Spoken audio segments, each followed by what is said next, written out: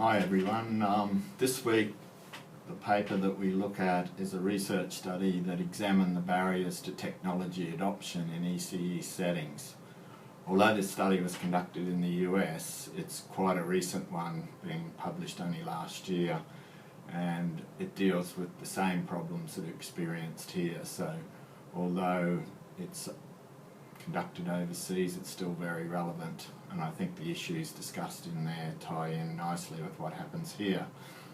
Now, a key finding of this study was that positive beliefs in children's learning from technology translated into higher levels of actual use. So that points to potentially a great benefit of this subject and the next subject, in that by studying technology, digital technologies and the broader use of technologies, and to look at how to improve pedagogies by using design and tailoring the digital technologies use to particular tasks and developing more competence.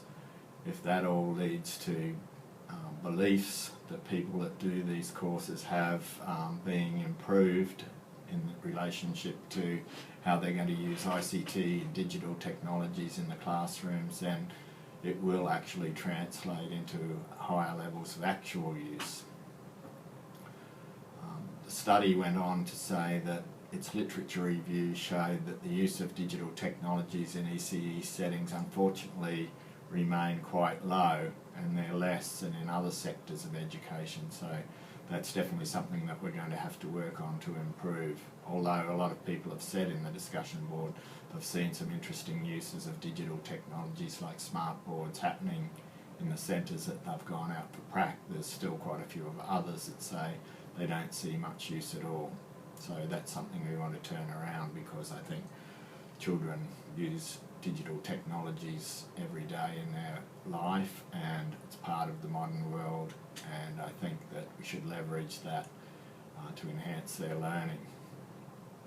The report also went on to say that there's some resistance to using ICT, not just in ECE settings but in K to 10, even though access and use to ICT is regarded as universal now, and that it's expected to be a part of classrooms and ECE settings, that there's still unfortunately some resistance to it.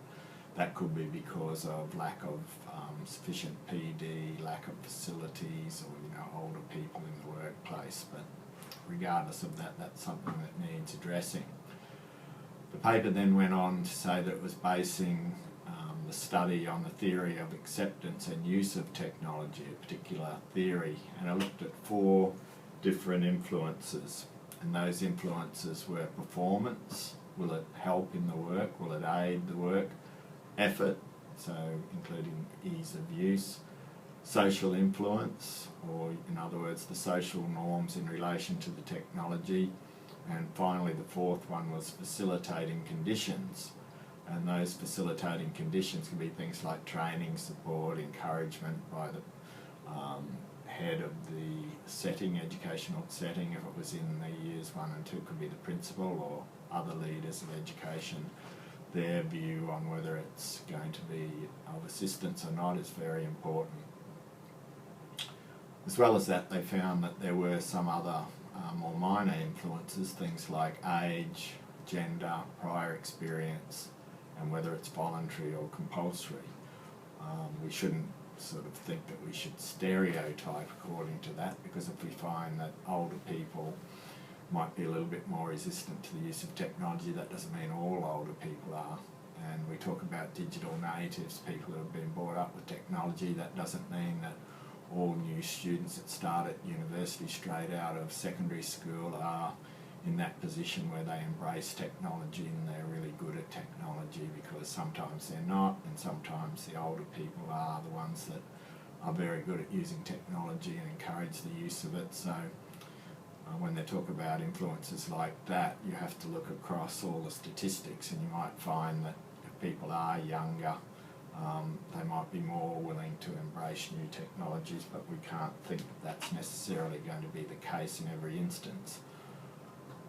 Now, I talked about the influences that teachers have that determine how much they'll be using technology, or how much that they will embrace technology, and they talked about two things. The first one was the intrinsic influences. So when studies and people talk about intrinsic influences, they're talking about the self.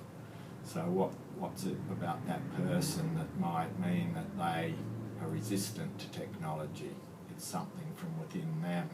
And they talk about then the extrinsic influences. So they're the external influences. They might be things like the policy of the centre or the school, or how wealthy the school or centre is, and that has an influence on the level of equipment, whether the system that they're working on encourages professional development and provides opportunities for professional development. So when you hear about intrinsic, think about the self. When you hear of extrinsic, think about those external influences.